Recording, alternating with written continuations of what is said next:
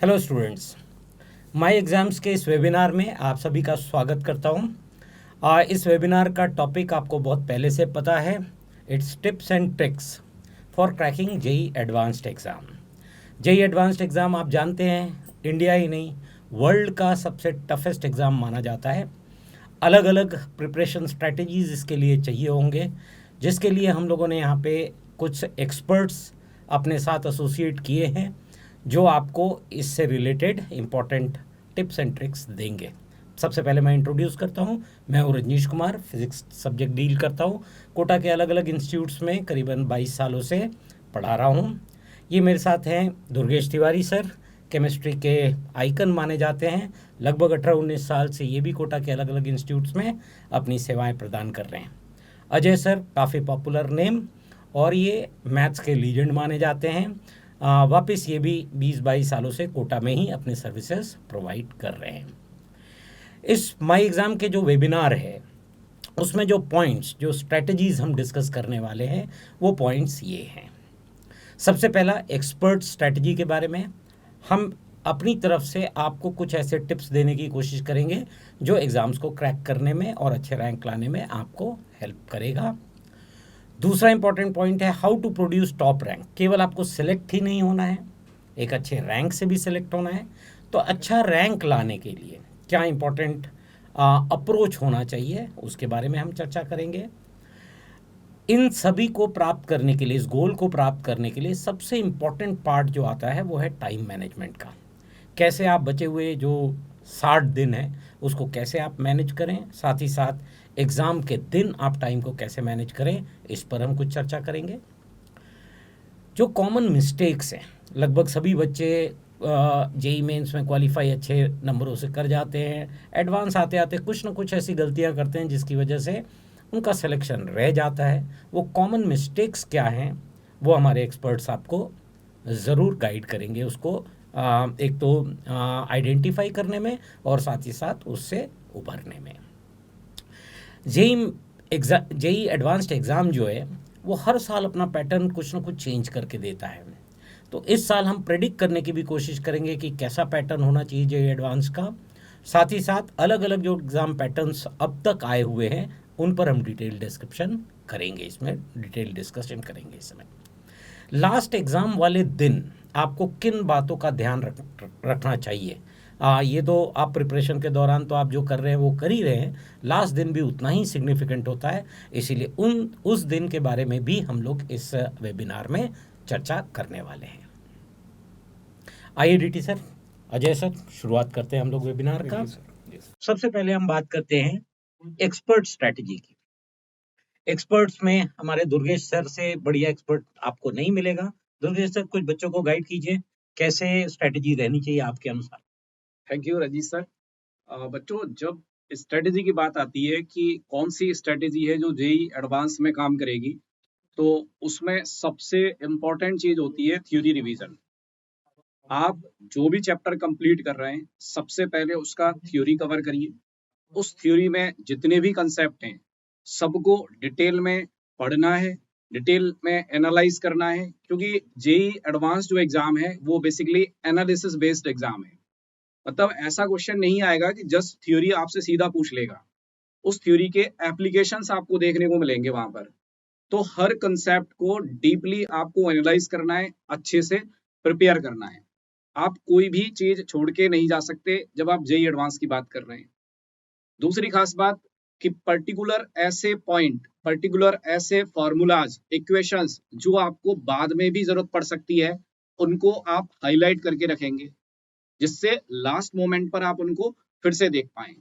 तो थ्योरी में आपको हर चीज एनालाइज करनी है, हर कंसेप्ट को कवर करना है, हाईलाइट करना है हर इंपॉर्टेंट फॉर्मूला या इंपॉर्टेंट पॉइंट्स को। सेकंड पॉइंट आता है इसमें पीवाईक्यूज।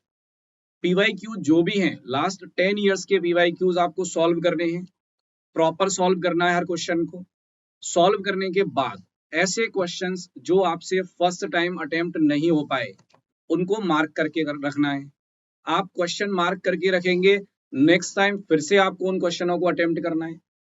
तो पीवाईक्यूज लगाने 10 सालों के इंपॉर्टेंट क्वेश्चंस या ऐसे क्वेश्चंस जो आपको टफ लगे हैं उनको फिर से दोबारा रिवाइज करना है, दोबारा उनको सॉल्व करना है।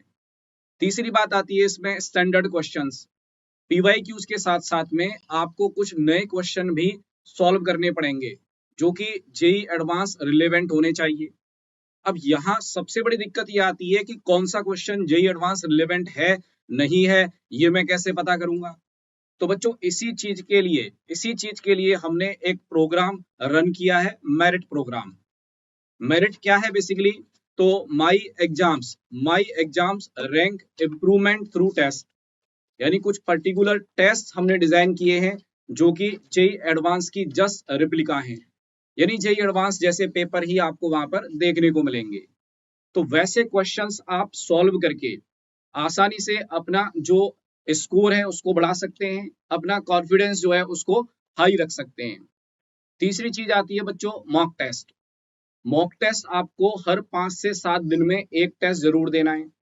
वो जेई एडवांस का पेपर हो सकता है, वो हम लोगों के मेरिट जो पेपर्स हैं वो हो सकते हैं।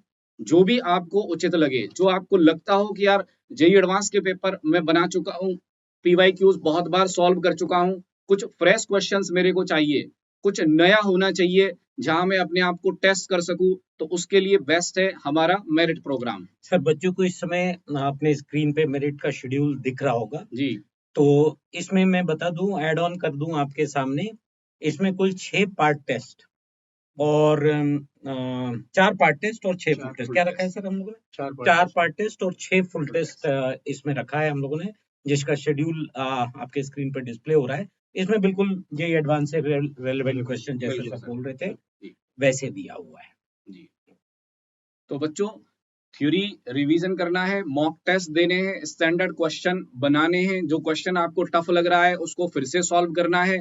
तो ये एक्सपर्ट स्ट्रेटेजी काम करेगी आपको जेई एडवांस में एक अच्छी रैंक दिलाने के लिए, आपको जेई एडवांस का जो कट ऑफ है उसको क्लियर करने के लिए।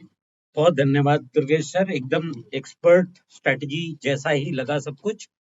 अगले पॉइंट पे चलते हैं सर इस वेबिनार के। अगला जो हमारा पॉइंट है वो है how to produce top rank. Ajay sir, केवल बच्चों को सेलेक्ट होना ही मोटिव नहीं होता है, उनका ये भी मोटिव होता है कि सेलेक्ट हो तो अच्छे रैंक से। तो कुछ आप बताएं बच्चों को कि कुछ रैंक इंप्रूवमेंट के लिए वो क्या विशेष बातों का ध्यान रखें। बिल्कुल सर, बिल्कुल। जैसा कि डीटी सर ने बोला कि हमें 5-7 दिन में मॉक टेस्ट देना चाहिए। हमें ऐसा नहीं करना है कि सिर्फ मॉक टेस्ट देते जा रहे हैं। हमने ये ड्यूरेशन क्यों रखा है? करने को तो हम डेली भी मॉक टेस्ट दे सकते हैं। तो एक इम्पॉर्टेंट एस्पेक्ट आता है यहाँ पर, एनालिसिस ऑफ मॉक टेस्ट। तो आपने जो भी मॉक टेस्ट दिया हुआ है उसकी प्रॉपर एनालिसिस करिए। किस सब्जेक्ट में किस टॉपिक के क्वेश्चन आपसे नहीं बने हैं, किस तरह की मिस्टेक्स आपने की है। जब इस तरीके से 5-6 मॉक टेस्ट की एनालिसिस आप करोगे तो आपको आइडिया लग जाएगा कि हमें किस पर्टिकुलर टॉपिक में दिक्कत आ रही है और उस पर काम कर लीजिए। ठीक है। दूसरी चीज मैं इसमें ऐड करूंगा डाउट क्लियरेंस की। हमने लिस्ट तो बना ली कि मॉक टेस्ट के अकॉर्डिंग हमें किस किस सब्जेक्ट में किस टॉपिक में दिक्कत आ रही है, लेकिन उसका डाउट कैसे क्लियर करें। तो डाउट क्लियरेंस के लिए आपका जहां पर भी आप पढ़ रहे हैं वहां पर आप टीचर्स की हेल्प लीजिए। इसके लिए आप मेरिट प्रोग्राम से भी जुड़ सकते हैं। माई एग्जाम्स की जो टीम है उसकी भी हेल्प आप ले सकते हो। एंड तीसरा पॉइंट मैं इसमें ऐड करूंगा, हमें ये तो नहीं पता होता है कि जे एडवांस का पेपर किस तरीके का आने वाला है, लेकिन ये जरूर हम पता लगा सकते हैं, हमें मालूम है इनफैक्ट इस बार का जो जे एडवांस का पेपर है वो आईटी कानपुर बनाने वाला है। इससे पहले आईटी कानपुर ने 2018 और 2011 में भी जे एडवांस का पेपर बनाया था। तो आप उन पेपर्स को जरूर देखिए। जैसा कि सर ने बोला पीवाईक्यूज हमें करने हैं। अगर आप 2011 और 2018 के पेपर्स को देखेंगे तो आपको एक इंसाइट मिलेगी कि किस तरीके का फ्लेवर रहता है जे एडवांस में आईटी कानपुर जब जे एडवांस का पेपर बनाता है। तो मेरी तरफ से सर यही 3 बहुत बढ़िया। जैसा लेकिन आपने बीच में ये पॉइंट ऐड किया कि डाउट क्लियरेंस के लिए मेरिट के साथ जुड़े, ये तो मुझे समझ में आया कि डीटी सर ने ये बताया कि मेरिट का एक टेस्ट शेड्यूल हमारा चल रहा है जिसमें 4 पार्ट टेस्ट और 6 फुल टेस्ट हैं, लेकिन वो तो बच्चा एग्जाम देगा, डाउट क्लियरेंस कैसे?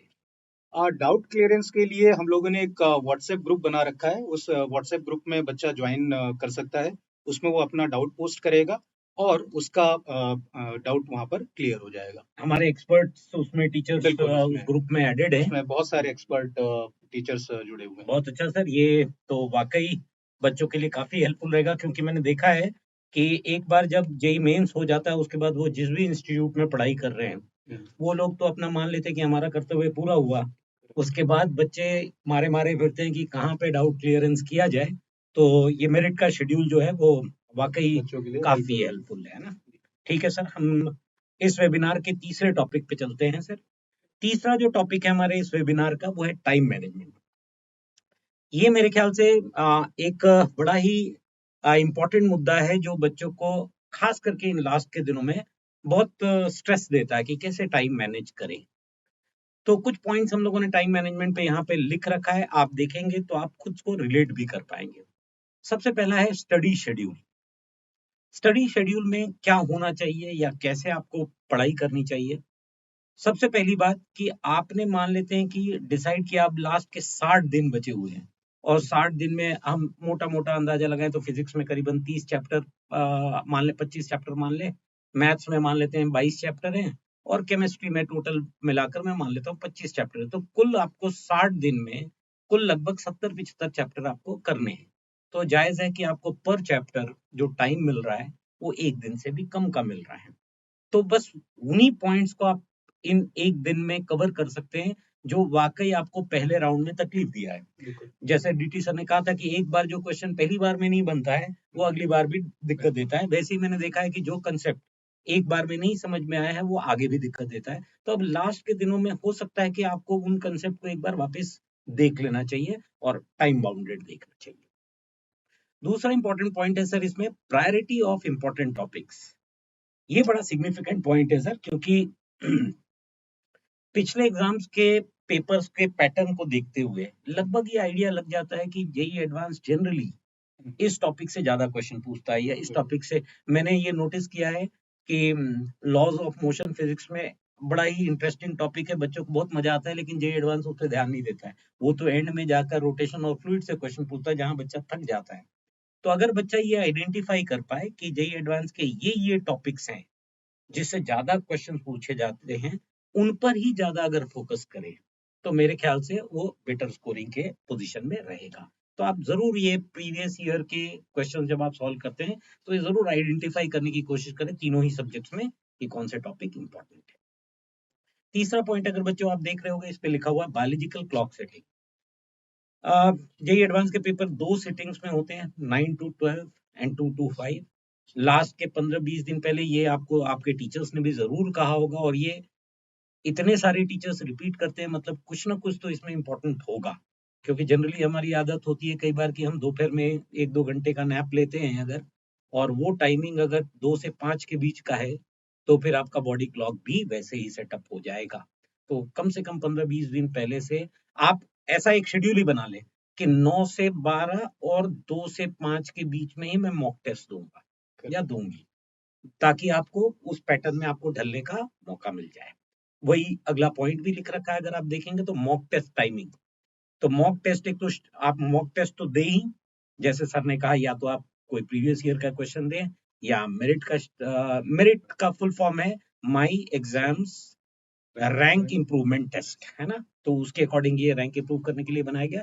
तो उसको टाइम बाउंड पे, ऐसा नहीं कि हम एक पेपर लेके 3-4 घंटे में सॉल्व कर रहे हैं, उसको 3 घंटे में ही अलॉट करें। और ज्यादा अच्छा होगा अगर आप वही 9 से 12 और 2 से 5 का टाइम लें। क्यों सर? मैं इसमें एक चीज ऐड जरूर। करना चाहूंगा। आपने सर बोला कि इम्पोर्टेंट टॉपिक देख करके आप उसकी प्रिपरेशन कर सकते हैं जिस तरह के क्वेश्चन आए हुए हैं। लेकिन बच्चों, किसी भी टॉपिक को, किसी भी चैप्टर को स्किप नहीं करना है। जेई एडवांस में मल्टी कॉन्सेप्ट क्वेश्चन फ्रेम करता है, तो ऐसा हो सकता है कि आपको कोई चैप्टर बहुत मुश्किल लग रहा हो, कोई पर्टिकुलर टॉपिक बहुत मुश्किल लग रहा हो, लेकिन उसका रेफरेंस लेकर के जेई एडवांस में किसी दूसरे चैप्टर में क्वेश्चन फ्रेम कर रखा हो। तो स्किप कोई भी चैप्टर आपको नहीं करना है, कोई भी टॉपिक नहीं करना है। बहुत ही वैलिड पॉइंट सर ने कहा। टाइम डिवोट करने का मतलब ये नहीं हुआ कि हम सिर्फ इस चैप्टर को पढ़ेंगे उसको नहीं पढ़ेंगे। करना तो सब कुछ है क्योंकि मल्टी कंसेप्ट क्वेश्चंस उसमें मिलेंगे। बहुत बढ़िया, थैंक यू अजय सर इस पॉइंट को ऐड करने के लिए। ये जो मेरिट का शेड्यूल है हमारा, वो शेड्यूल और जो भी उसकी डिटेल्स हैं वो इस समय स्क्रीन पर दिख रहे हैं सर बच्चों को। असल में जो मेरिट का हम लोगों ने शेड्यूल बनाया हुआ है सर, उसमें 99 परसेंटाइल एंड अबव जिन्होंने फर्स्ट अटेम्प्ट में जेई मेंस में स्कोर किया है, उनके लिए ये शेड्यूल पूरी तरीके से फ्री ऑफ कॉस्ट रखा गया है सर। ये एक बहुत बड़ा प्लस पॉइंट है बच्चों के लिए। सर इसमें डीटी सर हम जो 99 परसेंटाइल एंड अबव वाले बच्चों को केवल टेस्ट पेपर्स देते हैं या और भी कुछ असिस्टेंस है इसमें? इसमें हम टेस्ट पेपर देते हैं, इसके अलावा उन बच्चों को और 24/7 डाउट सॉल्विंग फैसिलिटीज दी जाती है। मतलब वो बच्चा अपना कोई भी डाउट जो है वो चाहे थ्योरी से रिलेटेड हो, चाहे वो उस पेपर के क्वेश्चन से रिलेटेड हो, वो डायरेक्ट हमारे जो व्हाट्सएप ग्रुप हैं उनमें पूछ सकता है। अच्छा, मतलब सिर्फ एग्जाम के ही क्वेश्चंस नहीं, नहीं, वो अपार्ट इसके अलावा भी। अरे बिल्कुल। वाह। एक्चुअली सर सबसे बड़ी प्रॉब्लम क्या आती है कि मेंस एग्जाम देने के बाद ज्यादातर बच्चे जो हैं वो अपने नेटिव प्लेस पर शिफ्ट हो जाते हैं और उस जगह पर कोचिंग का कोई असिस्टेंस काम नहीं करता।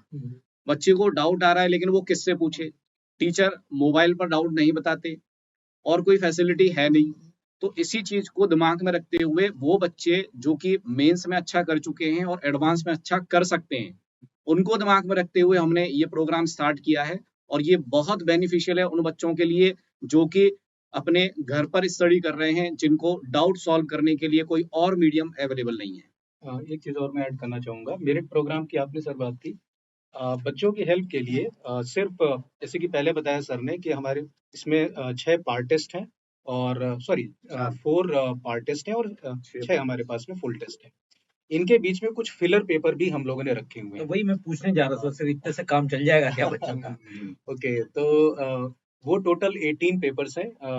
जैसे कि 2 पार्ट टेस्ट के बीच में आपको 3 पेपर मिलेंगे, तो ऐसे टोटल 18 पेपर्स हमने और डिजाइन किए हैं बच्चों की हेल्प के लिए, जिससे कि जब वो पार्ट टेस्ट या फुल टेस्ट देने जाएं तो उनकी बहुत अच्छे से प्रिपरेशन उन टॉपिक पर हो चुकी है। मतलब 18 तो एडवांस प्रैक्टिस पेपर्स हम दे रहे हैं और प्लस ये जो मेरिट के 4 और 6 आपने 10 पेपर और बिल्कुल मतलब कुल 28 पेपर्स मिल रहे हैं, इनकी डाउट क्लियरिंग भी मिलती है।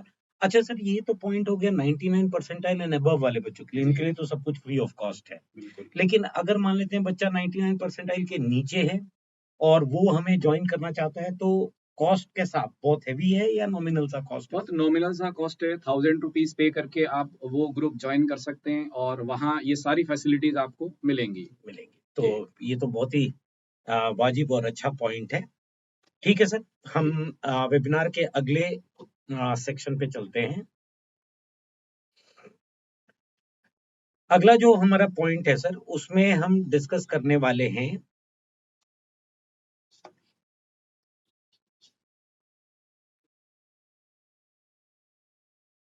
कॉमन मिस्टेक्स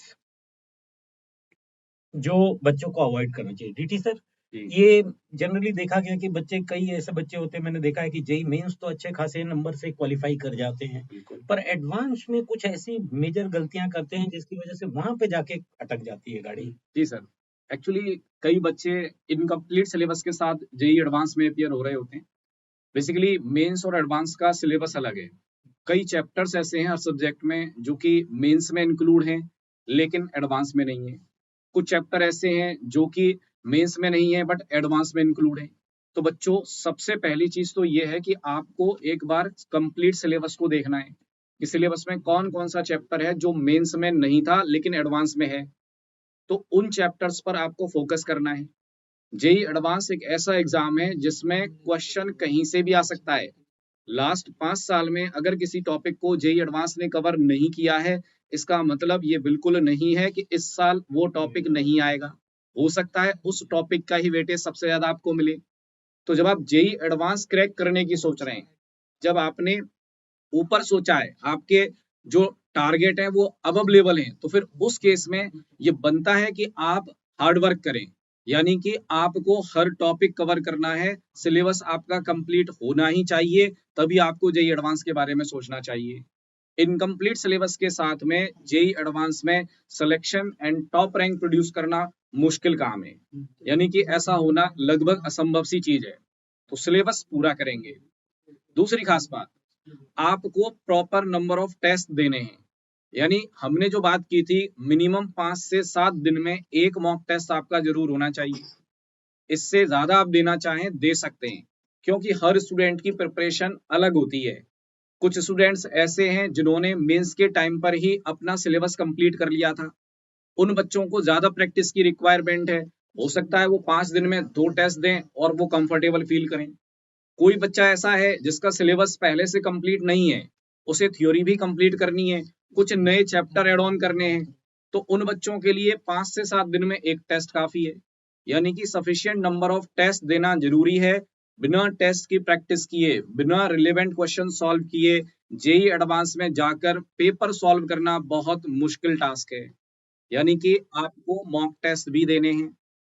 तीसरी खास बात कि आप अपना स्टडी मटेरियल यानी जो आपके नोट्स हैं, उन नोट्सों के अलावा किसी और के नोट्स, किसी और के स्टडी मटेरियल को नहीं पढ़ेंगे। मन करता है ये भी पढ़ लूं, वो भी पढ़ लूं, लेकिन जब आपके पास 60 दिन है तो उस 60 दिन में आपके पास जो आपके थ्योरी नोट्स हैं वो सफिशिएंट है, मोर देन सफिशिएंट है। आप उनको पढ़िए, उनमें जो इंपॉर्टेंट पॉइंट्स आपने पहले से हाईलाइट किए हुए हैं उनको वापस देखिए और उन्हीं से चिपके रहिए। वही काम आपको करना है, उसके अलावा बाएं दाएं आपको नहीं देखना है। तो ये 3 चीजें आपको दिमाग में रखनी है। सिलेबस कंप्लीट करना, सफिशिएंट टेस्ट आपको देने हैं, इसके अलावा आपको अपना ही स्टडी मटेरियल सॉल्व करना है। बहुत धन्यवाद डीटी सर। जी लेकिन एक ये प्रॉब्लम रही है बच्चों की, मैंने देखा है, तो आप कह रहे हो कि सिलेबस भी कंप्लीट करो, मॉक टेस्ट भी दे दो। अब सर, अब अगले 60 दिन में ये कैसे करें? सिलेबस भी कंप्लीट और कुछ डिवीजन, कुछ बाइफरकेशन, कुछ। सर, उसी को दिमाग में रखते हुए हमने मेरिट प्रोग्राम लॉन्च किया है। बेसिकली जब एक बच्चा 28 पेपर देगा, उसमें हर टॉपिक कवर होगा, तो उसका कोई भी टॉपिक ऐसा रहेगा ही नहीं जो कि वो नहीं पढ़ पाया हो, जिसको वो नहीं टच कर पाया हो। इवन कुछ अगर डाउट भी आएंगे तो वो जो डाउट है उससे उसको पता चल जाएगा कि यार कौन सा टॉपिक है जो मैंने छोड़ा हुआ था, कौन सा टॉपिक है जो अभी भी मेरा वीक है। यानी वो मेरिट प्रोग्राम जो है, आप उसके टेस्ट पेपर अगर सॉल्व कर लेते हैं तो जेई एडवांस की प्रिपरेशन में आपको कॉन्फिडेंस फील होगा, आपको लगेगा कि यार मैंने पूरा सिलेबस कवर कर लिया है। ये पार्ट टेस्ट इसीलिए शायद डिजाइन किया गया हो ना, जी, क्योंकि पार्ट टेस्ट में कुछ सिलेबस आएगा, उतनी दूर तक बच्चा कंप्लीट कर ले, फिर अगले पार्ट तो वो पूरा सिलेबस। तो ड्यूरेशन हमने ऐसा रखा है कि बच्चा कंफर्टेबली उन चैप्टर्स को रिवाइज कर ले और उसके बाद ही टेस्ट। बिल्कुल, 3-4 दिन के अंदर अगर मान लेते हैं कि हम एक पार्ट टेस्ट अगर रखते हैं और उसमें मान लेते हैं 3 से 4 अगर पेपर देते हैं, 3 से 4 चैप्टर देते हैं, तो वो रिवाइज करने के लिए सफिशिएंट टाइम है। बहुत बढ़िया। ठीक है सर, अगले इस वेबिनार के पॉइंट पे चलते हैं हम लोग। अगला पॉइंट जो है वो सर है जेई एडवांस के पैटर्न के बारे में। हाँ जय सर, ये मेरा बहुत कंफ्यूजिंग पॉइंट बच्चों का भी है और मुझे भी बार बार लगता है कि जेई एडवांस में क्वेश्चन के पैटर्न को आपने शुरू में थोड़ा सा इस पे रोशनी डाली थी कि चूंकि कानपुर आईआईटी कानपुर कंडक्ट कर रहा है तो मोरलेस 18 और 11 2018 और 11 जैसे पेपर्स हो सकते हैं। लेकिन इसमें भी सर अलग अलग टाइप के क्वेश्चन, तो बच्चे किस पे ज्यादा फोकस करें, कैसे करें? बिल्कुल सर, ये बहुत ही रिलेवेंट क्वेश्चन है। जे एडवांस का जैसा कि पैटर्न हम लोग को मालूम है फिक्स नहीं रहता है, हम ये प्रेडिक्ट नहीं कर सकते हैं कि इस साल कैसा पैटर्न आने वाला है। लेकिन हाँ, कुछ पर्टिकुलर टाइप है जो हर पेपर में आते ही हैं। जैसे सिंगल करेक्ट क्वेश्चन है, multiple more than one correct question है, मैचिंग लिस्ट टाइप क्वेश्चन है, न्यूमेरिकल ग्रिड हमेशा पूछे जाते हैं, न्यूमेरिकल ग्रिड को आपको ध्यान देना है। अब इसमें प्रेफरेंस हम क्या रखें? तो बच्चों देखो, स्टार्टिंग में पेपर आपको 5 मिनट ऑब्जर्व करना है ढंग से। आपका जो भी स्ट्रॉन्ग पॉइंट है, स्ट्रॉन्ग टॉपिक है, आपको वही क्वेश्चन पिक करना है। ऐसा कोई फिक्स पैटर्न नहीं है। फिर भी एक सीक्वेंस में आपको बता देता हूँ जिसमें अगर आप फॉलो करेंगे तो आप उसमें बेटर स्कोर कर पाएंगे। सबसे पहले आप सिंगल करेक्ट क्वेश्चन को अटेम्प्ट कीजिए, उसमें देखिए कि कौन सा टॉपिक में आप कंफर्टेबल हैं, उसको पहले अटेम्प्ट कीजिए। उसके बाद में आप अटेम्प्ट कर सकते हैं matching list type question. Matching list type question में अगर आप देखें तो 4 ऑप्शन होते हैं और उनमें 2 क्वेश्चन, कई बार तो 1 क्वेश्चन करके ही हमें करेक्ट ऑप्शन का आइडिया लग जाता है। थर्ड नंबर पर मैं रखूंगा जो कॉम्प्रिहेंशन बेस्ड क्वेश्चन आते हैं जिसमें भी 4 ऑप्शंस होते हैं सिंगल करेक्ट वाले। तो वहां पर भी ऑब्वियस सी बात है, प्रोबेबिलिटी ज्यादा है क्वेश्चन के करेक्ट होने की। देन उसके बाद में आप जा सकते हैं more than one correct question पर। एंड लास्ट में मैं रखूंगा एनजीटी टाइप यानी न्यूमेरिकल ग्रिड टाइप क्वेश्चन, जिसमें एक्चुअल में एक वाइड रेंज होती है, हमें पता ही नहीं होता है कि हमारा आंसर क्या आएगा। तो उसको बहुत ही केयरफुली हमें करना होता है तभी हम उसमें स्कोर कर पाते हैं। अच्छा, तो इसका मतलब सर ऐसा लग रहा है कि थ्योरी पे इस समय ज्यादा ध्यान देने के बजाय प्रैक्टिस। बच्चे को प्रैक्टिस, क्योंकि बिल्कुल थ्योरी तो वही है सर जो उसने जेई बिल्कुल मेंस में पढ़ा है, वही वही 12th की थ्योरी है, लेकिन जो एडवांस के अलग अलग टाइप के क्वेश्चंस है वो जितने ज्यादा वो प्रैक्टिस बिल्कुल करे बिल्कुल वो उसको ज्यादा रिजल्ट देगा, है बिल्कुल। ना? तो मेरे ख्याल से जो क्रक्स निकलता है, मुझे जो समझ में आ रहा है वो ये है कि आप खूब सारे पेपर्स दें। हाँ, पेपर सॉल्व करने के एनालाइज बाद भी करें। एनालाइज करें। जैसे आप मान लेते हैं कि आपने जैसे मैं फिजिक्स के बारे में बताऊं, आपने पेपर दिया, अगर फुल टेस्ट दिया या पार्ट टेस्ट दिया, और सपोज कीजिए आप इलेक्ट्रोस्टैटिक्स के किसी क्वेश्चन में अटक गए, अगले पिछले पेपर में भी आपको याद आया कि आप इलेक्ट्रोस्टैटिक्स में ही अटके थे, तो फिर उस समय इलेक्ट्रोस्टैटिक्स का पोर्शन खोलकर, चैप्टर खोलकर एक बार थ्योरी को रिवाइज कर बिल्कुल लीजिए। तो ये दो काम हो जाएंगे, एक तो आपको पता चल जाएगा आपका वीक एरिया कौन सा है, और उसको आप रिवाइज करेंगे तो आपका टॉपिक भी आगे की ओर बढ़ता जाएगा। बिल्कुल सही सर। डीटी सर, जी आखिरी में इस वेबिनार के जो फाइनल टॉपिक है, ये तो ठीक है सर कि इन 60 दिनों में क्या करना है, पेपर अटेम्प्ट करो, सॉल्व करो, सिलेबस कवर करो। उस दिन के बारे में बताइए, जी दी डे। जी बच्चों, सबसे बड़ी क्वेरी होती है बच्चों की कि एग्जाम डे क्या करना है, उस दिन की प्रिपरेशन कैसी होनी चाहिए।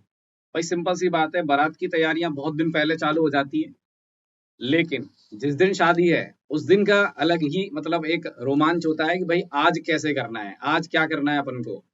तो एग्जाम डे की प्रिपरेशन में क्या क्या इंपॉर्टेंट बातें दिमाग में रखनी है वो हम थोड़ा सा डिस्कस कर लेते हैं। सबसे पहली चीज, प्रॉपर स्लीप, यानी कि आपको ढंग से अच्छी नींद लेनी है। हालांकि मेरे लिए कहना बड़ा आसान काम है क्योंकि मुझे पेपर नहीं देना है, लेकिन बच्चों के पॉइंट ऑफ व्यू से सबसे मुश्किल काम होता है क्योंकि एंजाइटी लेवल पीक पर होता है और नींद आने का सवाल ही नहीं उठता है। लेकिन मेरा फिर भी ये कहना है बच्चों कि जो साल भर हम पढ़ते हैं वो तैयारी सफिशिएंट होती है उस एग्जाम के लिए। यानी एक दिन की तैयारी से एग्जाम क्लियर कभी नहीं होता। तो आप उस दिन रिलैक्स रहिए, रात को आराम से प्रॉपर स्लीप लें। प्रॉपर स्लीप लेने के साथ साथ आप सुबह हल्का रिफ्रेशमेंट लें, हल्का फुल्का नाश्ता आप लेंगे तो थोड़ा सा ठीक रहेगा, क्योंकि मई का महीना होगा, गर्मियों के दिन होंगे, खाली पेट अगर आप एग्जाम दे रहे हैं तो थोड़ा सा मुश्किल होगा। इवन कुछ अगर खाने का मन नहीं करता तो आप फल फ्रूट ले सकते हैं या फिर आप एक जूस ले सकते हैं। यानी कहने का मतलब अपने आप को हाइड्रेट रखना भी जरूरी है, थोड़ा बहुत खाना भी जरूरी है। अपने आप को प्रॉपर हाइड्रेट रखना बहुत ज्यादा इंपॉर्टेंट है क्योंकि वो गर्मी के दिन है, पानी पीते रहना है आपको। इसके अलावा अपने आप को शांत रखना है, क्योंकि आप जितना शांत रहेंगे उतना प्रॉपर चीजें कर पाएंगे, उतना आप सोच पाएंगे, उतना अपने आप को आप एग्जाम डे में फोकस कर पाएंगे। मैं टोकना नहीं चाहता था डीडी जी सर, लेकिन ये पॉइंट मुझे समझ में नहीं आता है, जिसने साल भर प्रिपरेशन किया और एग्जाम का दिन आ गया है सर। अजय सर, क्या लगता है कैसे काम रहा, कैसे काम रहे बच्चा? कैसे काम रहे बच्चे। मतलब कैसे, डीटी सर का कहना है कि आप अपने आप को शांत रखें, पर प्रॉब्लम ये है कि जिसने साल भर प्रिपरेशन किया उसका एंजाइटी कैसे नहीं आएगा? बिल्कुल आएगा सर एंजाइटी, और मेरा ये मानना है कि थोड़ी एंजाइटी तो होनी ही चाहिए।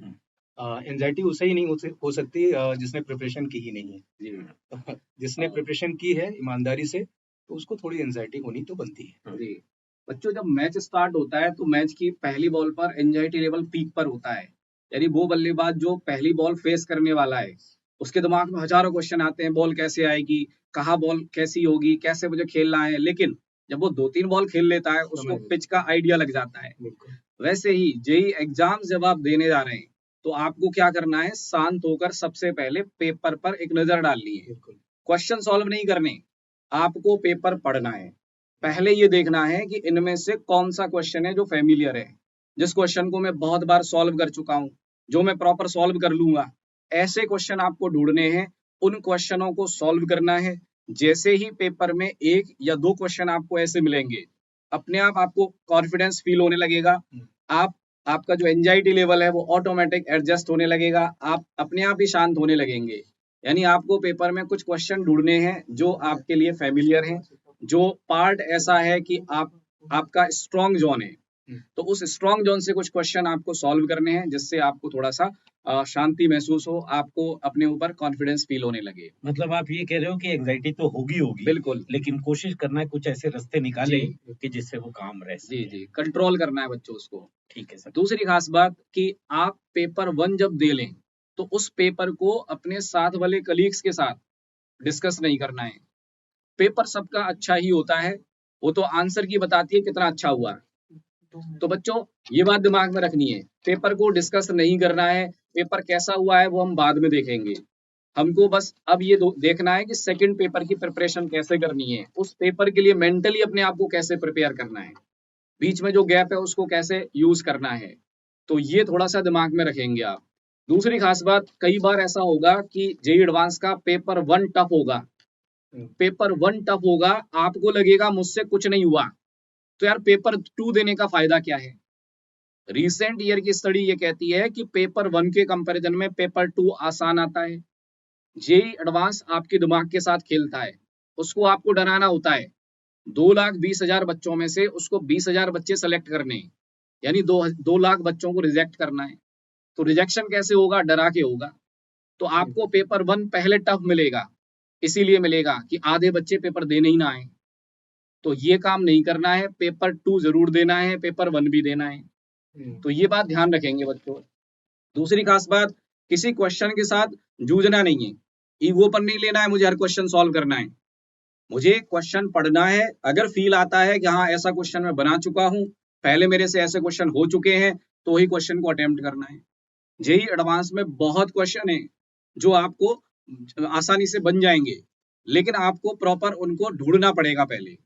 आप एक अननोन क्वेश्चन को अगर जूझने लगे, आप उसे सॉल्व करने लगे और आपको अगर मान लीजिए आंसर नहीं मिला, आप कई बार तुक्का मारने की कोशिश करते हैं। आप आसपास का एक ऑप्शन ढूंढने की कोशिश करते हैं कि यार मेरा आंसर 200 आ रहा है और इधर ऑप्शन में 150 लिखा है, चलो इसी को टिक मार देता हूँ। यहीं से नेगेटिव मार्किंग होती है। तो ये बात ध्यान रखेंगे बच्चों, एडवांस में वही क्वेश्चन सॉल्व करना है जो क्वेश्चन आप पहले बना चुके हैं, आप जिस क्वेश्चन से फैमिलियर हैं। तो ये ध्यान रखना है। मैं एक चीज ऐड करना चाहूंगा इसमें सर। जी बिल्कुल सही बात है कि हमें वो क्वेश्चन आइडेंटिफाई करने पड़ेंगे, लेकिन वो आइडेंटिफाई होंगे कैसे? उसके लिए सीधी सी बात है, आपको बहुत मेहनत करनी पड़ेगी। आप जितने वैरायटी ऑफ क्वेश्चंस देखेंगे, ठीक है, उनको बार बार रिवाइज करेंगे। मतलब इस तरीके से प्रैक्टिस करना है कि क्वेश्चन का थॉट हमारे दिमाग में बस जाए, तभी वो फैमिलियर लगेगा आपको। आपको वो दिख जाएगा कि इन 18 में से या इन 19 क्वेश्चन में से यार ये वाला क्वेश्चन मैं जरूर कर सकता हूँ। तो प्रैक्टिस से पीछे नहीं भागना है, प्रैक्टिस हमें बहुत ढंग से इसमें करनी होगी। जी। नेक्स्ट जो इम्पोर्टेंट बात है वो ये कि हर क्वेश्चन को केयरफुली रीड करना है। कई बार बच्चे एक छोटी सी मिस्टेक की वजह से क्वेश्चन गलत करके आते हैं। क्वेश्चन की लैंग्वेज में पूछा है इनकरेक्ट, बच्चे ने क्वेश्चन सॉल्व कर लिया, वो वहां ढूंढ रहा है करेक्ट ऑप्शन, मार्क कर दिया। तो ऐसे क्वेश्चंस जहां पर कुछ एबनॉर्मल चीज पूछी गई है, आप उस चीज को पेपर पर नोट कर लें कि भाई क्वेश्चन नंबर 1 में मुझको इनकरेक्ट ऑप्शन ढूंढना है, और उसको आप मार्क कर लेंगे पेन से।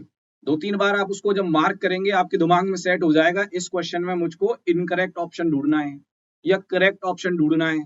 तो बच्चों ऐसी छोटी छोटी बातों का आपको विशेष दिमाग में रखना है, विशेष ध्यान रखना है कि ऐसी गलतियां आपसे ना हो। आता हुआ क्वेश्चन आपसे गलत नहीं होना चाहिए। बिल्कुल। आप कैलकुलेशन आराम से करिए, क्योंकि जेई एडवांस में बहुत सफिशिएंट टाइम मिलता है। नए क्वेश्चन फ्रेम होके आएंगे जो आपको पहली बार तो लगेगा कि मेरे से बनेगा ही नहीं, तो इसलिए टाइम बहुत होता है, टाइम का कोई इशू नहीं है। शांत होकर क्वेश्चन पेपर को सॉल्व करिए, और वही सबसे बेस्ट स्ट्रेटेजी भी है जेई एडवांस के लिए। गैस नहीं करना है किसी भी क्वेश्चन को, किसी भी ऑप्शन को, जो आता है वही सॉल्व करना है।